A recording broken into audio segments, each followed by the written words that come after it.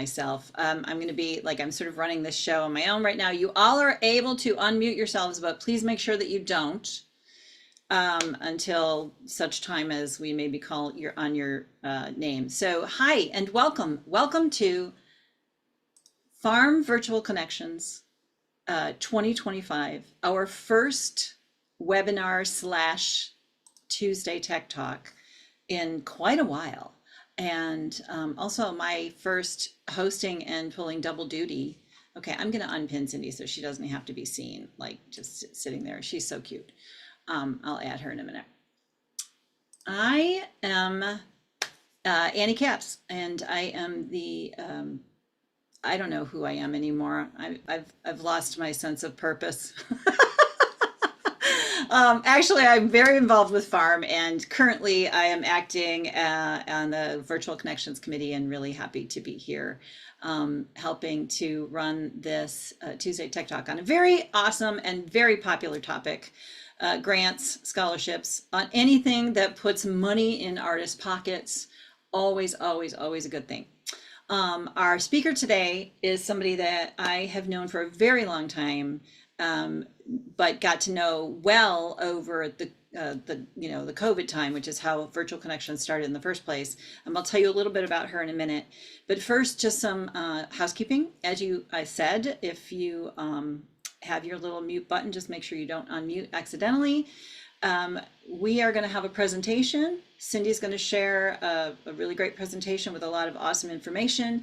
And then toward the end of the hour, we're going to open it up for questions. If you have questions throughout, you will be able to chat only to myself and or Cindy. Please chat just to me with your questions. We don't want to pester Cindy. I'll do that later, but you can certainly feel free, if questions come up, drop them in the chat. If you prefer to just wait till the end, you can raise your hand. If you don't know where the raise hand feature is, you'll find that in your menu at the bottom. You can see a little heart, and if you click on that little heart that says react underneath it, you'll see a big old bar that says raise hand. So when you do that, you will show up to me, and then we will know that you have questions, and we'll get to them in order. And we like to keep these within an hour, but if this is a really vibrant conversation, looks like Anne's got her thumbs up. Yay! Okay, without further ado, let's bring this lovely lady back on screen. Add pin. Cindy McSurely is just one of the sweetest people I know, honest to God, and she's so darn smart. She's been working in the nonprofit arts for, a long, long time. She was the development director for the Crooked Tree Arts Center in Petoskey, Michigan, and the executive director for one of Michigan's darling festivals called Bliss Fest. Cindy, where did you go? I don't see her face anymore. She's she's shy. She's currently doing kicking ass as a nonprofit consultant, and she is also on the board, am I correct, of the Michigan Music Alliance. Is that correct? Which is an incredible organization that you should all know about. Nick Thomasma, who is also a former Farm board member, very involved with Farm, is the executive director of that organization, which is another fine. Nick, you can, well, I'll drop that in the chat because I don't think you can. But anyways, Cindy is here to share everything she knows in the basics world of grants, scholarship, and fundraising. Cindy, thank you so much for joining us. Please unmute yourself and take it away. Thank you. Thanks, Annie. That's very sweet. And I'm glad to be here. And we're going to just dive right into it. So let me share my screen.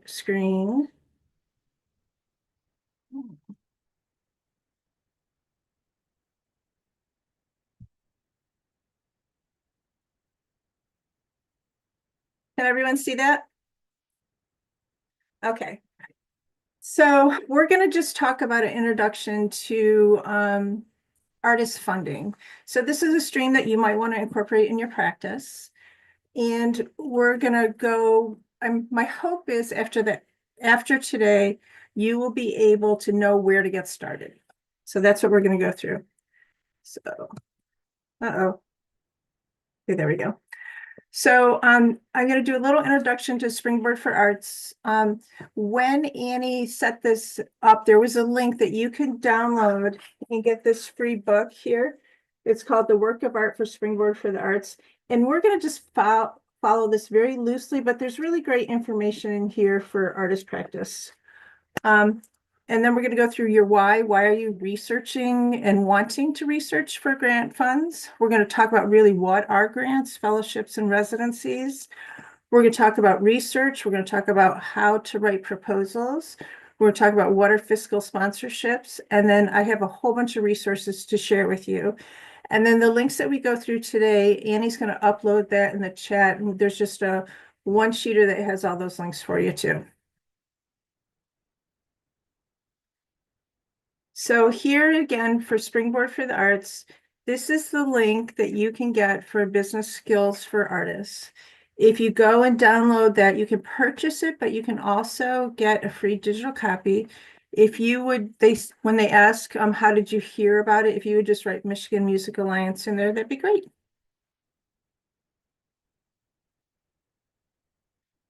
So when we get started for seeking funding, it's important to get really clear and gain clarity on what your goals are.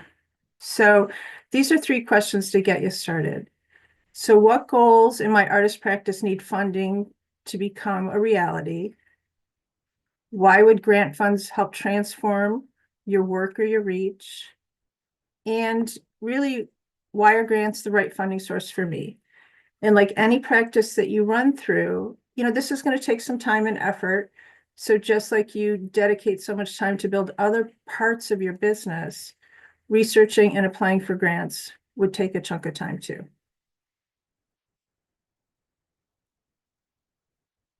So really, what is a grant?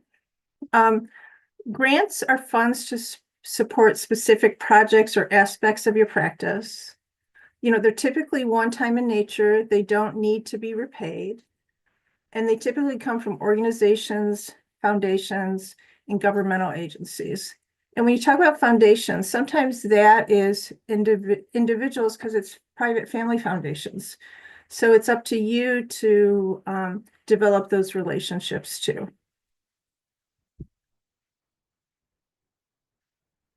And what are fellowships? So fellowships are funding for exploring and building your artistic practice. Oftentimes they're merit-based, there's some prestige usually by saying, like here in Michigan, I'm sure a lot of you heard about the Detroit Kresge Fellows, right? So it's a nice thing to add to your resume. And oftentimes fellowships include other components, like there's a mentorship piece, sometimes there's networking, and then there's a lot of public recognition that goes with that.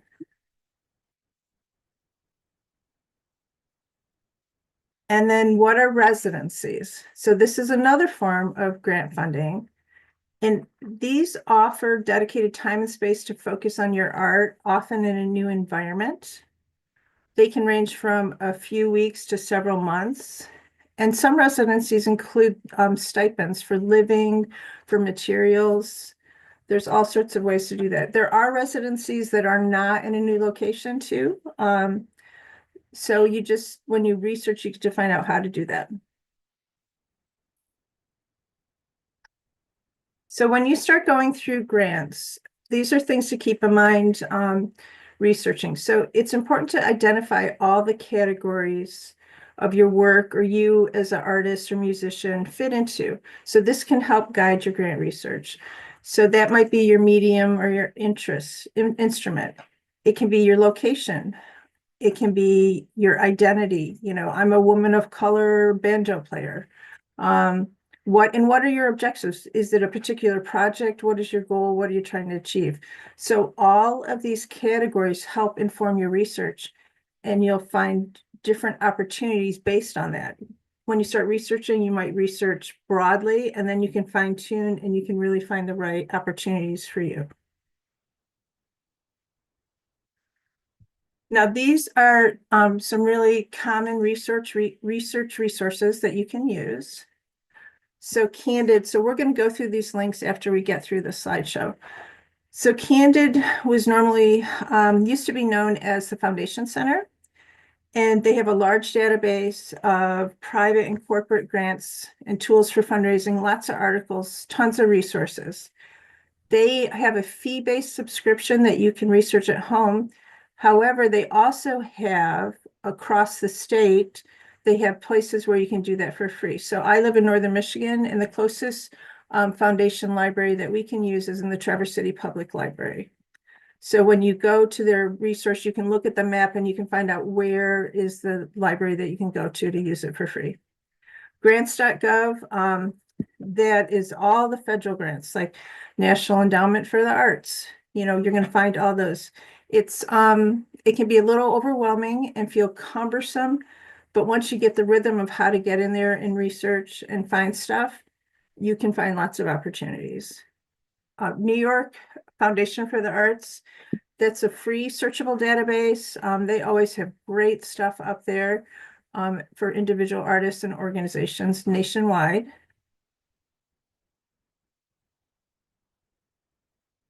Oh, I think I missed one. We'll see when it gets there. Common parts of a proposal. I'm going to just go. We're going to go through here. There's some other resources coming up. So I heard someone one time refer to, a proposal as kind of like a recipe. You always have these same things in it. So these are the things as you're starting to get organized. What is your resume or your CV, your artist statement, and then what is the particular project or proposal that you are applying for? Oftentimes they're going to ask about outcomes and impact and evaluation. So how are you going to evaluate that your project was successful? Maybe the project you're trying to seek funding for is you're going into a recording studio. So the end result is that you've produced this record. Sometimes it's not so quantitative that way. So it's about getting organized that way. There's always a budget and then work samples. So I know like the Michigan Music Alliance, they do the B-side sessions. There's some information on there on how to put together electronic press kit. And those are the kind of tools that you're going to need for your grant proposal.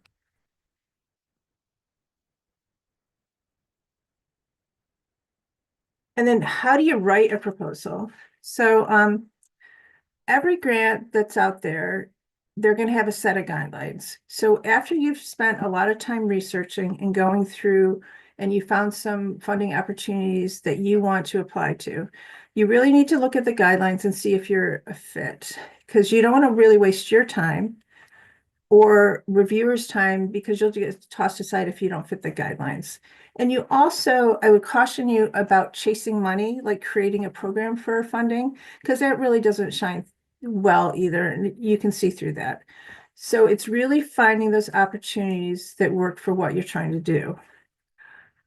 Give yourself plenty of time. You will not be able to do a grant proposal the day before it's due. You want to give yourself lots and lots of time to get all the components ready. Follow the guidelines. So typically grant proposals, most of them are competitive, and you're going to have a set of reviewers that review it and score it. So I was a reviewer for the state of Michigan for 10 years, Indiana Arts Commission a couple of years, and now for the Michigan Humanities Council. And I am required to score on all these prompts. So you might have a really compelling project, but if you have not answered all the prompts in the order that they're listed, then you are going to get a lower score. So you really need to follow the guidelines. Use the space allotted. If they're giving you like a 4-page narrative and you write half a page, it looks like you're not really that serious about your project. So take the time to do that. Use clear and plain language, all the music speak, jargon, all this stuff, because you might have someone who's an art enthusiast on the review panel, but they're not going to know the terms, or they might know what's specific to your instrument. So take a minute to explain it. Also, you want to make sure that your budget aligns with the narrative. So if you're talking about a bunch of stuff in the narrative, and then you have this line item in the budget that's never mentioned in the narrative, you're going to confuse the reviewers. Your job is to make it really easy for the reviewers. You want to anticipate questions, answer them before they get there. And then make good use of your attachments. So this would be your project. So this might be components of your electronic press kit. It'll be what they ask, but that attachments are the opportunity to really show your body of work, show off, tell your story and who you are. So whatever they allow for you to do, please use it. And if you're doing music, make sure you've got great video, great MP3s, make sure it's appropriate with whatever your project is that you're showing off what you're doing. And then this isn't a bullet on here, but also it's really important to back up anything you say. So if you say it is the best recording studio in the Midwest, how do you know that? You got to prove it. So, you can prove that because maybe there was a testimonial by someone, maybe there was a ranking by someone. So just be really careful about these absolute statements because you got to back up what you're saying. And then if you have questions, ask them. So, funders want to give money away. They want you to be successful. So they will have usually in the grant guidelines somewhere there's going to be something in there like contact this person for questions. And I can't tell you how many times when it's been a big competitive grant that I was writing for, and I got the person on the phone. I'm like, really? So they're there. They want you to be successful. Fiscal sponsorship. So this is a way, as a nonprofits will sometimes be fiscal sponsors for artists, and it's a way to you take advantage of their status to apply for grant funding. So fiscal sponsorships, typically there might be we're going to go through some resources that show you where you can find fiscal sponsors, but there might be an application process. They might have certain requirements that they ask of you. There might be a fee to apply to ask this organization to be your fiscal sponsor. And there might be like a percentage of the grant that they take. They aren't there to work for you normally. They would be there to assist. They might want to review the grant and offer some feedback. If it's a larger organization that does a lot of fiscal sponsorships, they might have more resources for you to be successful. So there's some we're going to go through that are really active nationwide that are great ones to check out. And then sometimes you might form a fiscal sponsorship with somebody in your backyard. So in addition to the Michigan Music Alliance, I serve on the board of Northwest Michigan Arts and Culture Council, and they do a few fiscal sponsorships occasionally too. So it's not something that they put out there, but if it's the right opportunity, they'll do it. So sometimes you can forge a relationship with an organization really close to your region as well.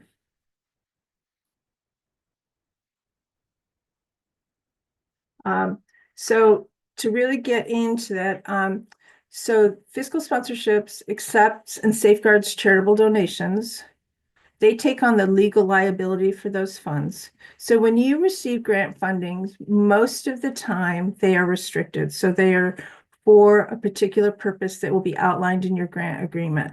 Occasionally you'll get general funds that you have a lot of flexibility with, but most of the time it's going to be restricted. They oftentimes your fiscal sponsor will create and maintain some accounting records for the grant because the grant is actually going under them because they are your fiscal sponsor.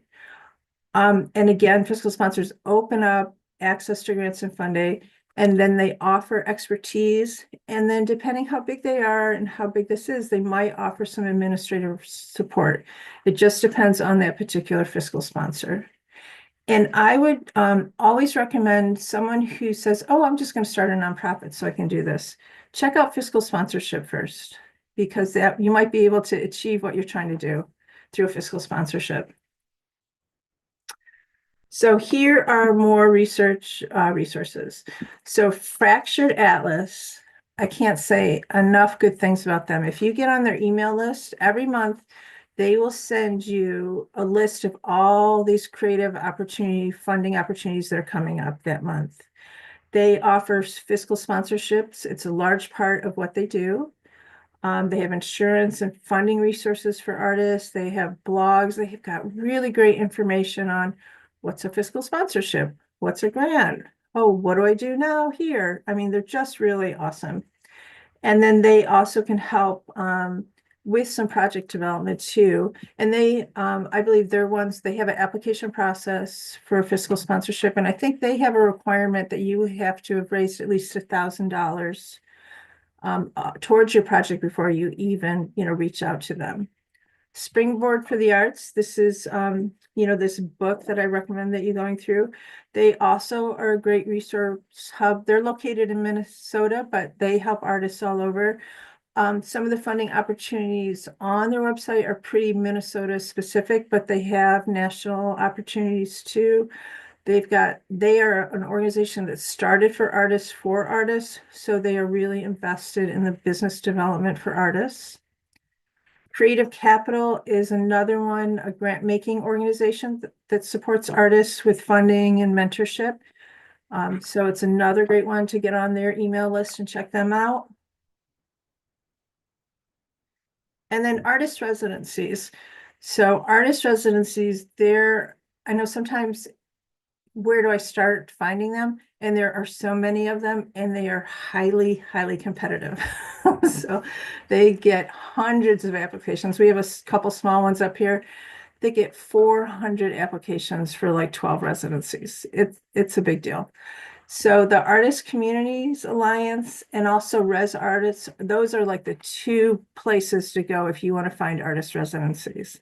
And just like in grant funding, you've determined what your categories are and you can search that type of thing because residencies, sometimes they're really specialized. Like we have a residency in our community in Northern Michigan that is only dance.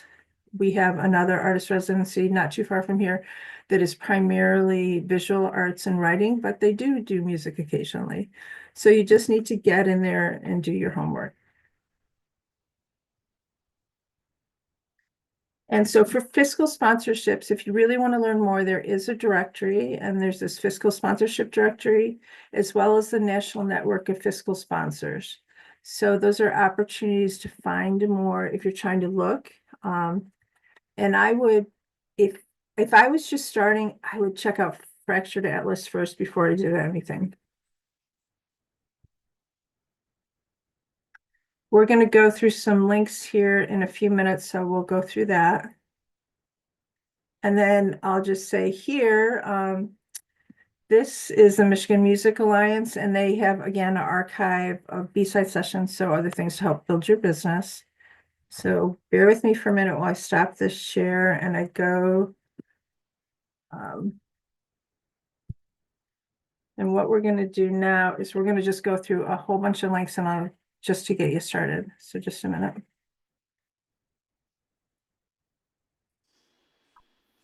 Okay. So here's Fractured Atlas. This is their blog. And so I love this article. It's 8 things fiscal sponsorship isn't. So you can get a lot of great information. It's not a grant application. It doesn't make you a nonprofit. It goes through all these things. So there's just so much great information on Fractured Atlas for you. It's not a bank account. So again, like a lot of times when you receive a grant, it's restricted. So you can only get the money for what is intended in the grant. So if you're using a fiscal sponsor, they are the keepers of those funds and they will work out how you get those funds with them. This is Candid. So Candid is just the most awesome resource. I'm sure some of you've heard of GuideStar before, and there's the foundation directory. So they've all kind of become this one organization. So this is they have this learning tab, and it's where can I find grants for individual artists? And it talks about what grants and fellowships are, talks about publicly funded arts agencies. Their foundation directory is where you can research grants. And then they have all these, articles like what's an artist statement? How do I write a grant proposal? And then they have at the bottom of their learnings, they're usually staff recommended resources. So look, this is a program for writers, grants, awards, and residencies. You're going to see all sorts of things on there. How do I get a grant, write a better grant application in 15 steps, fiscal sponsorship, residency research. So there's all sorts of resources out there if this is the work that you want to do. Here's another Candid Learning article. What is a fiscal sponsorship? How do I find a fiscal sponsorship? So it goes through all the steps for you again. And then in their staff recommended resources, they've got more of these things. So there's even more, like there's a nonprofit law blog that says 6 ways to do it wrong, National Council on Nonprofit stuff. Fractured Atlas is here. So there's all these resources. So you can do a crazy deep dive into the stuff if you want to. And then this is the foundation directory. So if you want to research grants, we'll come back to that and I can see if we can get to the map. I didn't pull that one up. Grants.gov. So this is, big federal grant agency. So if you just want to, this third tab in, if you do search grants, it comes through this thing and you can just start plugging in keywords. So if we say musician, folk musician, Midwest, let's see if anything comes up.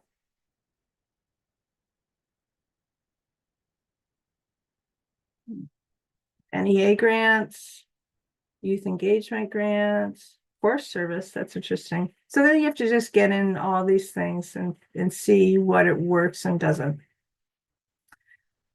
New York Foundation for the Arts, lots of resources in here. Again, you can explore programs, grants. They have all things. They have emergency medical grants, and they just have a whole ongoing list of things that you can find. Fractured Atlas, again, there's tools that you can use. So it just breaks, this is their homepage. So you can figure out what you want to do here. So if you go to fiscal sponsorship, you can explore this and I'll go through all of how do you apply for it, ask for guidance, knowledge base is like where they're, helping share some information on how to get started. Creative Capital. So where is their thing? So here's another one. Let's go, I forget where there's this.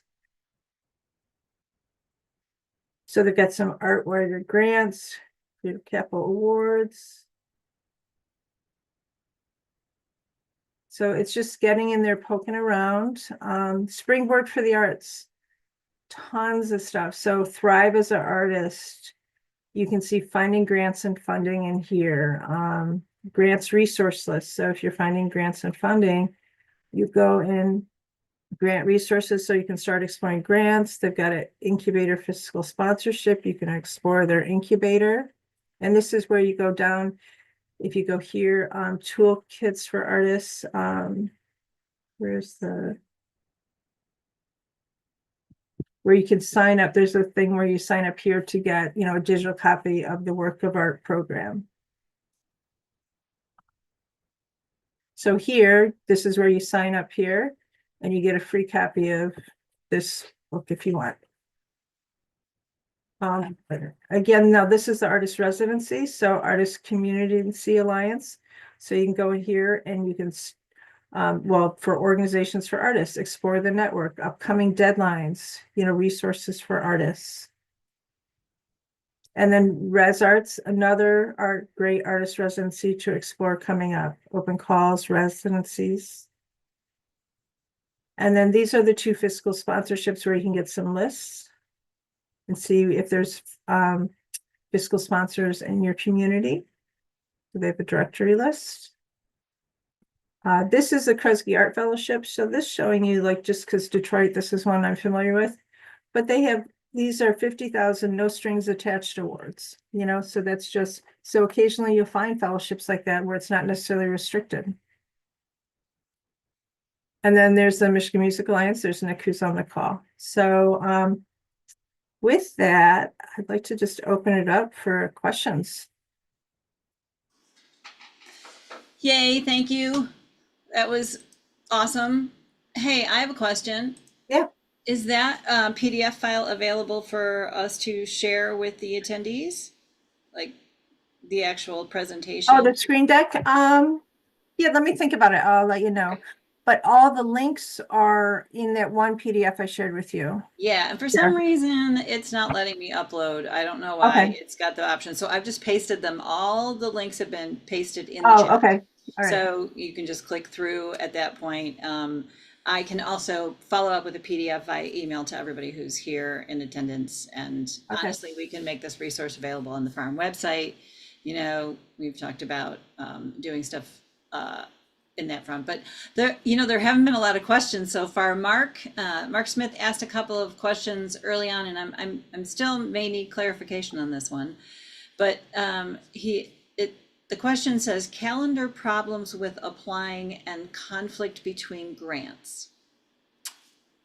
Now, I think then when I asked him to clarify, he said if there are multiple grants and you can't fulfill both, what do you recommend doing?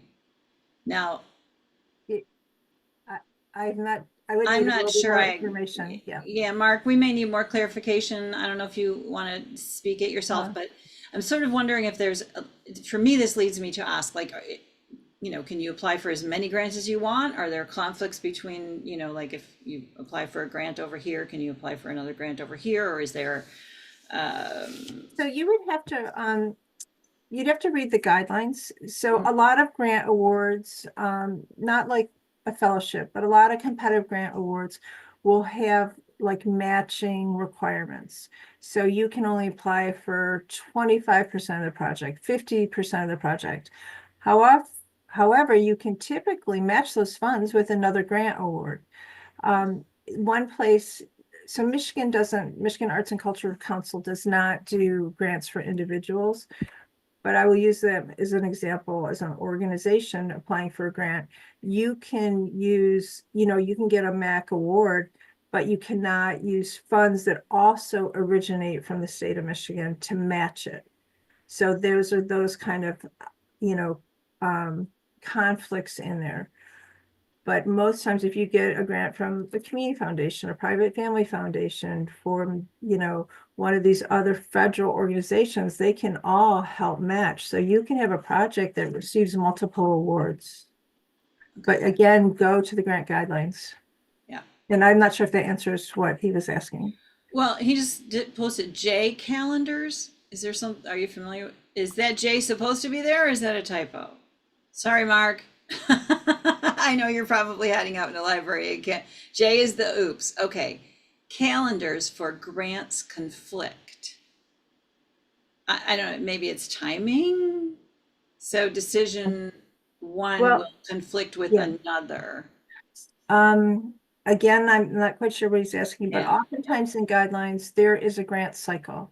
So you have to expend the awarded funds by a certain date. Ah, So you need to look at what that date is and what it says. So, and oftentimes it's a year.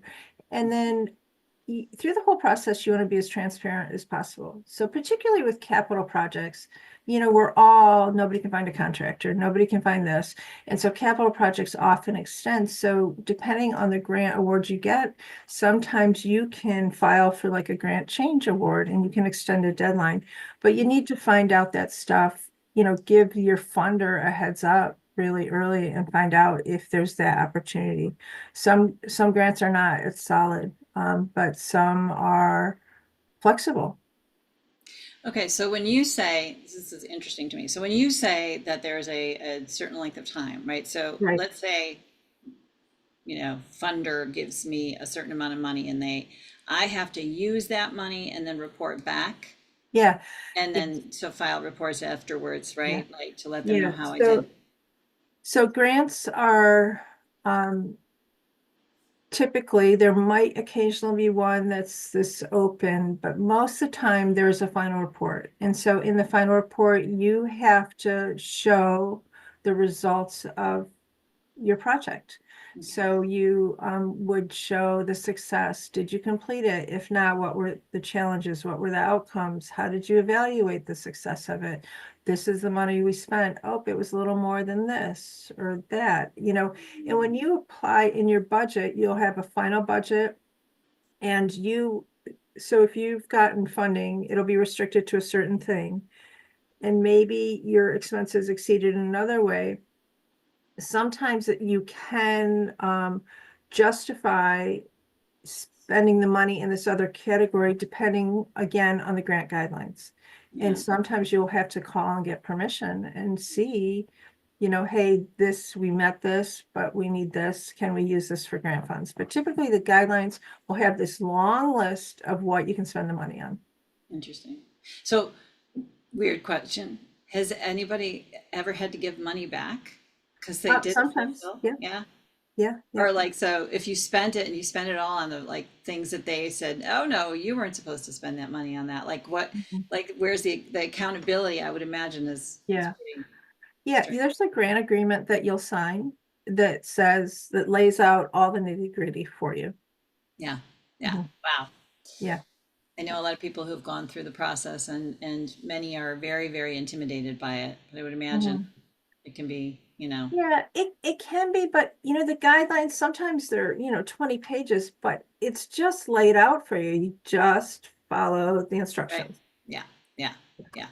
Like Yeah. like filing your taxes. I'm just kidding. Yeah, it's just do Probably this, not. You know, answer somebody this. else does that for me. Yeah. So Mhm. maybe I can get somebody else to do this for me. Yeah. Um, this was incredible, a lot of information. I Mark also asked, should you ask for a review of application if not accepted? Some grants will do that. So oftentimes there will be a comment section. So in every grant that I've ever reviewed, as a reviewer, I'm required to write comments, constructive comments. Yeah. So, for a stronger proposal, you might want to do this, you know. Um, and most grants are that way. I think sometimes you can contact the grant after and ask, do you have reviewer comments? Do you have any feedback? Occasionally there might not be because of sheer volume of grants that they get, but that's a pretty common practice. Okay, Mhm, that's good news. I mean, mhm, Mark sort of Mark, I'm not sure if your question got answered. I can see you up here. Can you nod or do this or, you're good? Okay, great. Thanks. You seem to know a little something about this. So can I get like, I'm curious by show of hands, I don't know how I can do this because I'm not going to put you all in gallery view that without you'll be on the live stream, but uh, just I'll see it in the list. How many of you have actually applied for and or received grants?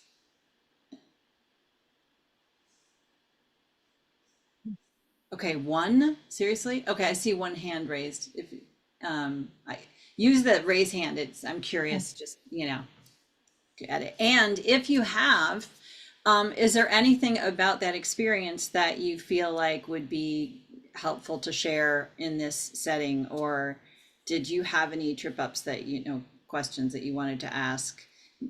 This is a lot of people. mhm. Wow. Wow. I would be curious, has anybody used an organization as a fiscal sponsor? Yeah, the fiscal sponsor is confusing to me, I must admit. It's the first I've heard of that. So, Nick, you're shaking your head. So you have or you have not? Um, I'm shaking my head that yes, it's confusing with Oh, the okay. sponsorship. And Earthwork Music, which I'm a member of, uses Fractured Atlas as our fiscal sponsor, but I've never been through that process. Oh, interesting. Yeah. Okay, so all right, now I'm seeing hands still up. Hi, Cody. Um, Joel, Kat, did you have a question? Did you want to share? You guys just raising your hands for that? Okay.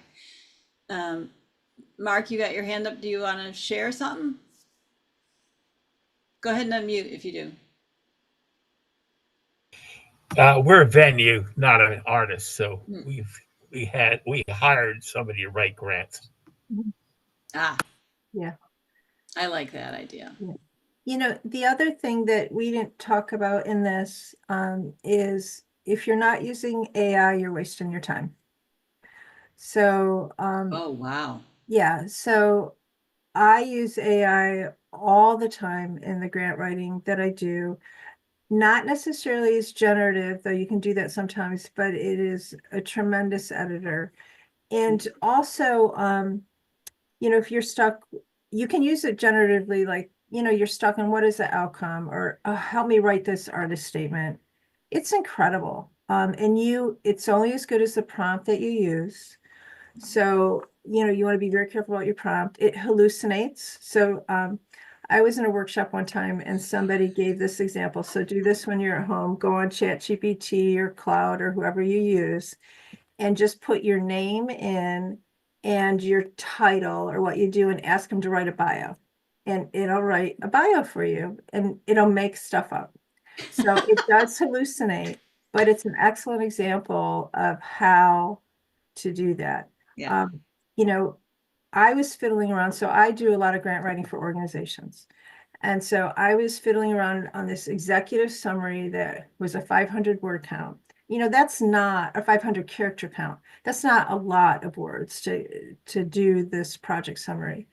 And then when I got into the grant portal, it was 400 characters. That would have taken me so long to keep the same messaging and edit. I threw it in ChatGPT in less than a minute. You know, my prompt was, please keep the same points and reduce character count. And I had it, you know, in 30 seconds. Wow.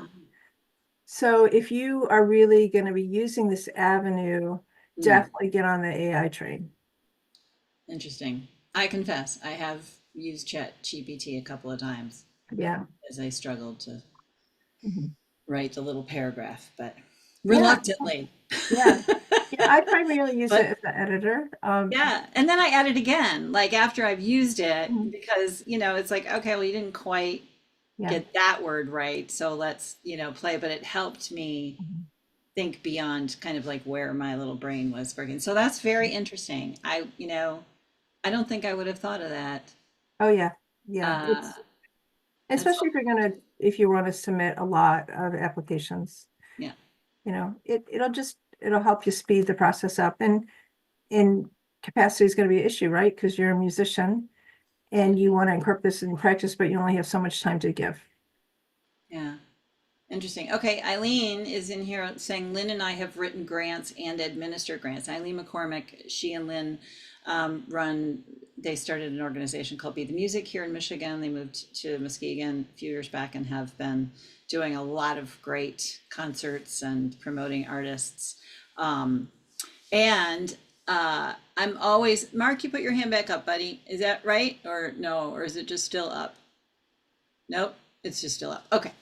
Um, uh, Chat.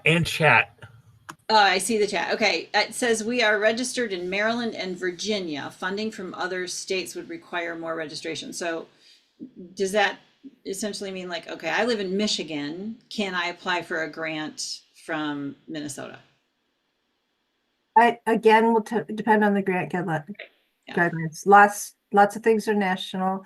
So that's about getting into like the categories and reviewing, because there's going to be grants that are Grand Rapids specific, Detroit specific, women specific, BIPOC specific, and that, this instrument specific, this type of programming, there's grants out there for all sorts of things. So it's just Yeah.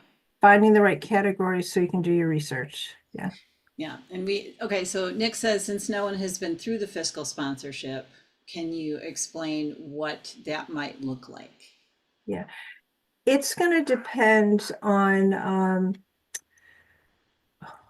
who you're doing it with. So typically there will be an application process. You will have gathered your project. You're going to have all that in place already, and you're going to start researching. So you'll know what you're seeking funding for. You're going to have a really good handle on what the budget is for you to do this. You're going to have a good handle on, your electronic press kit, your attachments, the whole story of the project.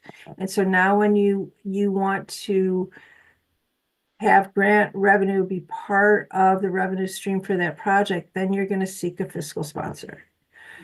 So I would direct you to Fractured Atlas to start, because there are going to be so many articles and blogs to walk you through that process. So typically a fiscal sponsor, then they are the organization that gets the grant. They are not your secretary doing the work for you. And you still will be doing the research, though they might, again, depending how big the organization is, they might have some resources to help you. They most likely are going to review your grant. They're not going to write it for you. They won't write the proposal. They're going to make sure that it meets what their mission is and their values. And then they'll administer the grant. So then the funding will go to them, and then you will work with them, whatever the agreement you come up with. So you might get a portion of the money because you're starting here. You'll get another portion when you get to this next stage of your project timeline, another one. So it's not a bank account like give me money, give me the money. It always meets whatever the requirements of the restriction for those funds. And then they will help you with that final report, typically, because that is part of the grant process. And so that it's someone to walk you through all of it, but they're not going to do the work for you, right? You still are doing all this work, but you are getting to take advantage of their tax exempt status so you can research and apply for grant opportunities. Hmm. So, Fractured Atlas does that a lot. You might have some organizations in your community that might do that for you. I think Springboard for the Arts does that. It's just finding who does that. Like for Michigan people downstate, Creative Washington, I think does a lot of fiscal sponsorships. So it's just doing your homework, finding out. So then using those resources of, who are the fiscal sponsors in my community, you can go to those directories and look and find out. Yeah. But it's a great way to start. People all the time think, oh, I'm going to start a nonprofit. And that's not necessarily the way to go.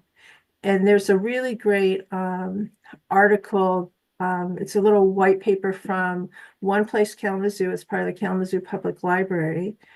And it says something like, oh, you want to start a nonprofit? And it's 2 pages wide, you shouldn't, So, no, it's great. Sounds like I should have read that. Yeah. But fiscal sponsorships is that tool for you to do that.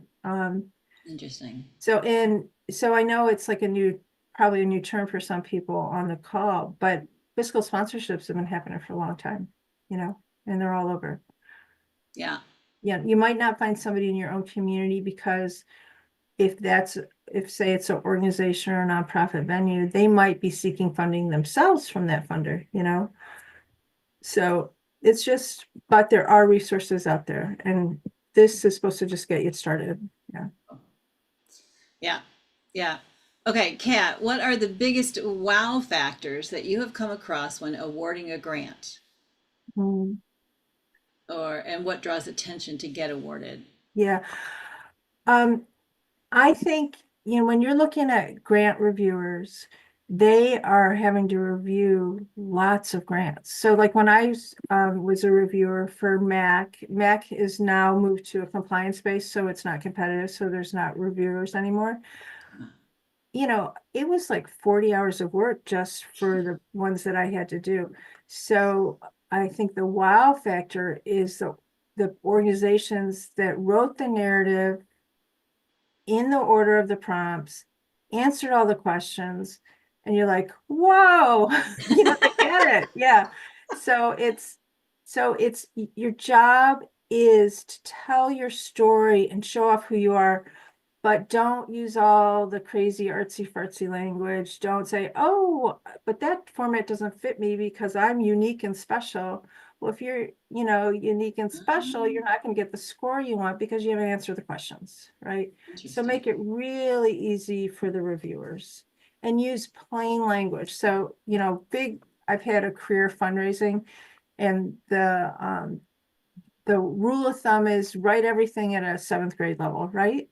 You want to use plain language. You don't want to try to show off how smart you are.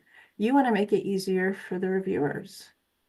No Wow. jargon, explain the acronyms that you use. Yeah. I love that.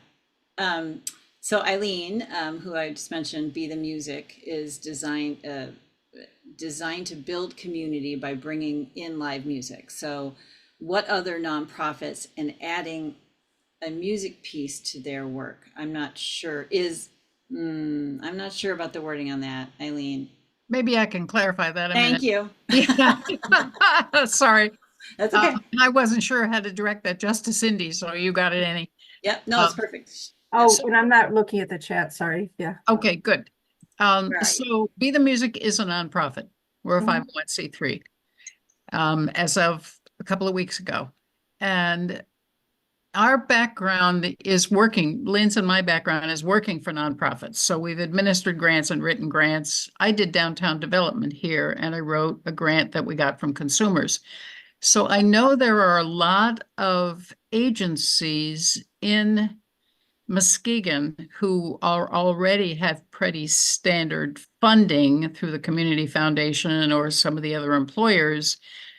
What would be the wisdom? Is there any wisdom in us contacting them to add a music component to what they're already doing? Sure. Yeah, it would depend on your community, but collaboration is huge in the arts, big time. And you will see that. And in fact, MAC, oftentimes, it's not part of the regular grant funding, but you'll see that there's these special awards that come out for collaborations. So, yeah, so it's just, working out, who's doing what. And, I love collaborations, and I would say that, equal is not, it doesn't have to be this equal thing. Each part, whatever every partner brings in is important. So it's just working out all those details ahead in whatever your, memorandum of understanding, your agreement that you work with people. But funders love collaborations. Okay. Mhm. So we could do our own budget and it'd be submitted as a piece of something else, or they might Well- submit something as a piece of ours. No, it would start with like, so you don't want to chase funding. It would start with like, hey, it makes sense for us to have a conversation with this organization because we think we could build something together. Mhm. So you would start with the programming and then does this make sense? But some of the funders that are available to you, they might not want you because they're already seeking funding for that organization regularly for something else. Okay. So it starts with the programming and then you seek the funding. Okay. Mhm. Great. Thanks, Eileen. Yep. I'm sure that was very helpful to a bunch. Rebecca, did you have a question, hon?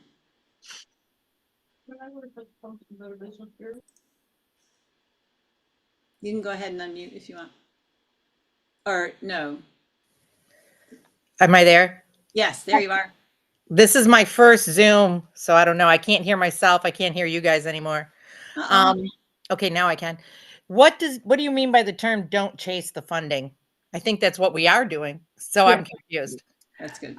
Yeah, sometimes people will create programming because there's an opportunity out there and they're just doing this programming that's not going to be sustainable and it just is not worth it in the long run. Be really clear on who you are, what you're doing, and then seek the funding. Okay. Yeah. Okay. Thank you. Mhm. Yeah, I think that's really, really good advice, and it was a great question because it is something that I think a lot of people just sort of go poking around to see what they're offering money for, and then they go, okay, well that looks like something I could do, and then they go back and start, trying to develop something to get that funding, and Yeah. yeah. Right. From an organization standpoint, you really want to avoid mission creep, right? You don't want to be like all over the place, be really clear who you are. And I think that would probably be very applicable for the individual artists too. Yeah. Get really clear on what are you trying to achieve? What are your goals? What's your project? What are you doing? Yeah. I Mhm. think that's great advice in general, even if you're not seeking funding, is to help you to really, and maybe just even applying for a grant, like looking through those questions can, almost, even if you're not applying right now, like look at the questions that they're asking to help you clarify in your mind, maybe like you go back and go, okay, this is, and not to chase the funding as much as help you clarify your own mission per se, Yeah. Yeah. Yeah. Hey, Joel, I see your hand. Thank you, Cindy, for the lecture. That's awesome. I love it. And thank you for the resources. Can you hear me okay? Yeah. Yeah, but you put Okay. your hand down, so you're not in my screen anymore. So Oh, I'm sorry. It's okay. Did you want me to put it back up? Or It's fine. We can hear you. so like, okay, one of the situations or like my skin in the game on this right now is I help run a coffee shop venue that's not technically a nonprofit. It's only like doesn't get taxed because it's under a church umbrella, mission, outreach. But we work in tandem with a nonprofit folk society that is an official nonprofit. So when I came in as a director, I was handed a crate of old videos, and none of these videos will play. So that, you know, because they're old videos, but I could get the audio off of them. And what it was created by our local Downers Grove television station. The person that like operated it and ran it gave it to the former director and said, do whatever you want with these. And they filled out paperwork to like free and clear the ownership of those recordings. Um, I have the bright idea to, well, I just in my spare time, because I have a studio and I'm doing office work, transfer them all into audio because I couldn't get the video. So I have all these old recordings from like the 80s and 90s of people I know, some that have passed on, but some that are still like out there doing it. And my vision is to take these recordings and maybe create like a modern podcast or something and like use these recordings and maybe do like a living legend project where I'm contacting some of these artists that are still out there doing it and saying like, hey, what was it like back then? And, you know, retrospective, and what is it like now for you? And kind of basically creating like a creative program where it's released as like a podcast or some kind of, you know, entertainment, you know, where people could listen to it and kind of get the ins and out of like, you know, okay, like I have old recordings of Larry Penn, and like I might go to like Little Rev and say, hey, you know, you're putting together stuff about Larry Penn, you know, would you come and do an interview and like tell me more about your Sure. experiences and like create like a situation where we're tying in this like old stuff with the new stuff. Is that like something that might be able to get funded, or like could I, you think Yeah. that's like something to approach, like, because I don't know where to start. There's like hundreds of recordings. My gut would be to do it for free, and I can't do it for free. And like, Yeah. you know, but I have a studio, I have the means to do it. I know how to do the licensing. I know Mhm. like all the pieces are there, and I'm like, I just wish I could do it. And like, Right. but I'll do it for free if I don't like go do it like Yeah. legitimately. Yeah, I don't know. I think that's a project you could find funding for, but my advice to you would be get really clear on what the project is. So write it out, put it, you know, like project planning. So we can do this in a timeline and get really clear what the end result is. Funders don't want this idea, they want the project, they want what you're doing. So if it's first just to get everything digitally, great. If it's just to do a podcast, that's great. So get the details of the project down, and then that will help you determine those categories. So listen to you talk about that. Wow, there might be some like historical grants. That definitely could be a Michigan Humanities Council grant if you're a Michigan guy. I mean, there's just so many things in there, but you got to start with the project. You have to have all your ducks in a row. Yeah. And Yeah. figure out the budget, figure out the timeline. And then you can be, so maybe is that a grant through the Folk Society, right? And so that's them doing it. And lots of grants have partners in the project that aren't, you know, a nonprofit person, right? So that could be that. Churches, there's grant funding out there for churches, you know? Church funding is a big deal too. So it's just finding the details of your project. But to me, I'm like, ooh, there's something intriguing there, you know?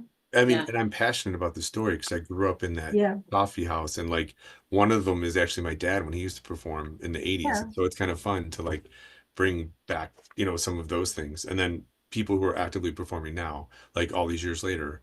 And it's fun to like go back to them and say, hey, here's this old recording you probably haven't heard, yeah, and like tell me more about it. And yeah. There's a lot of meat there's like, there. yeah. You So just got to tell the story. Yep. but I'm trying to like reduce it down because it's like 120 shows right now that, and I've actually transferred them all already. So like I just did it as I was doing office work. I'm like, I'll put in another tape, record it, because I literally, like my business partner and I run a recording studio, so I could just like let it go and like all that work's done. So I'd probably have to just like catalog it and then like take a little bite Yeah. and like actually do a couple sample shows maybe or something. Well, Hey, in yes, fact- exactly. In fact, Joel, that's what Mark actually chimed in, do a sample show.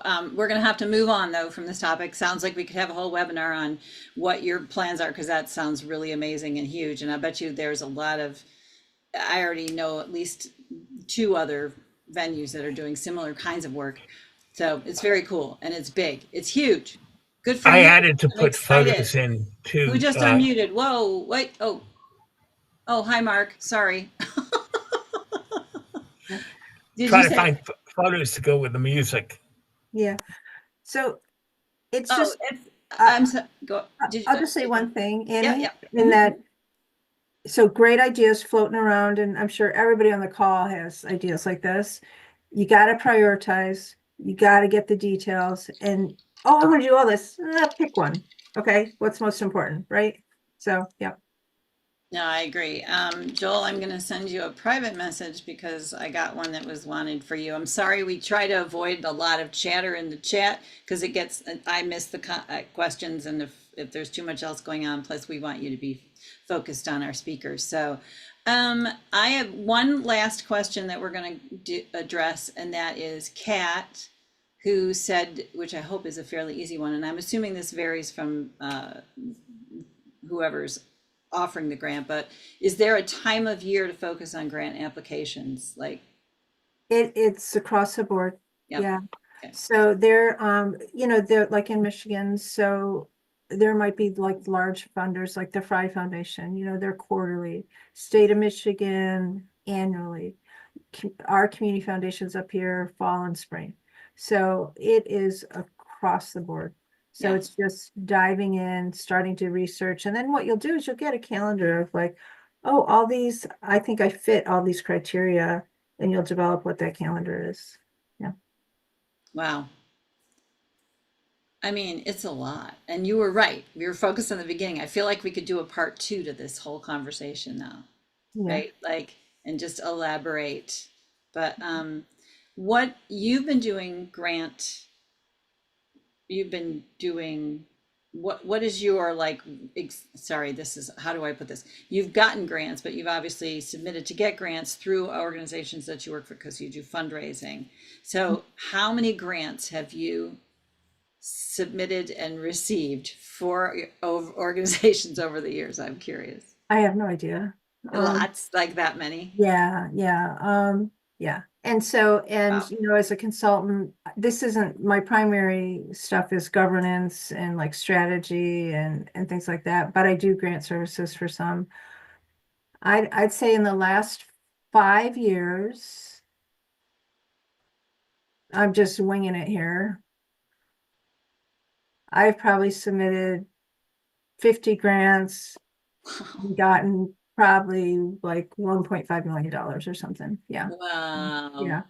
And I've been a grant reviewer for over 10 years. And so if someone on the call, they think, hey, this really fits my practice, and I am going to carve out some time and regularly research and apply to do that. The best professional development, it's a chunk of time and commitment, but it's to serve as a reviewer. So you're just giving your time, but you're getting free review. So you could start with like your community foundation, and then large organizations like Arts Midwest, National Endowment for the Arts, all these places have applications where you can fill out to be a reviewer. Mm. It will be a significant amount of time, but you will really learn how to write grant proposals. Yeah. So you don't have to have any experience to be a No, reviewer? no. I mean, Wow. some do, some don't, it just depends, but a lot of times, so I'm assuming that a lot of people on the call are either probably musicians. So, think of like grant funding processes where they want to be transparent. So they want to make sure that they have some individual artists as reviewers too, besides like, I was like an arts professional always, in that seat, but they want different voices at the table always, right? So that's just a great way to learn how to do all this. Amazing. Amazing. Yeah. This has been incredibly informative, and I am really, really, really grateful to you. We are all really grateful to you for Yeah, thanks for sharing having me. this info Appreciate it. and your time today. Cindy, her information was indeed in there. I don't know that. I think she's got a pretty big, busy schedule right now, but I hear tell that she might do some one-on-one conversation. If you missed the beginning of this, you can absolutely go back and watch it. This was streaming out to our YouTube channel, Farm's YouTube channel, as well as our Facebook page. They stay out there on the website. We have a link directly to all of our past webinars. We have another one planned for March. We're going to be doing these every other Tuesday, and coming up very soon, and who knows, maybe we'll rope Cindy in for that one too. We're going to be doing bringing back our virtual mentor sessions, which were really popular during COVID, and we think that they would be popular again today. Thank you all so much for attending. Your participation here definitely warms our heart, because it means we're doing something good and on behalf of Farm. And yeah, everybody, and Cindy, thank you so much for being here. So we're going to sign off. Stay in touch. I'll send you the PDF of the links if you didn't grab it from that. So thank you so much, Cindy.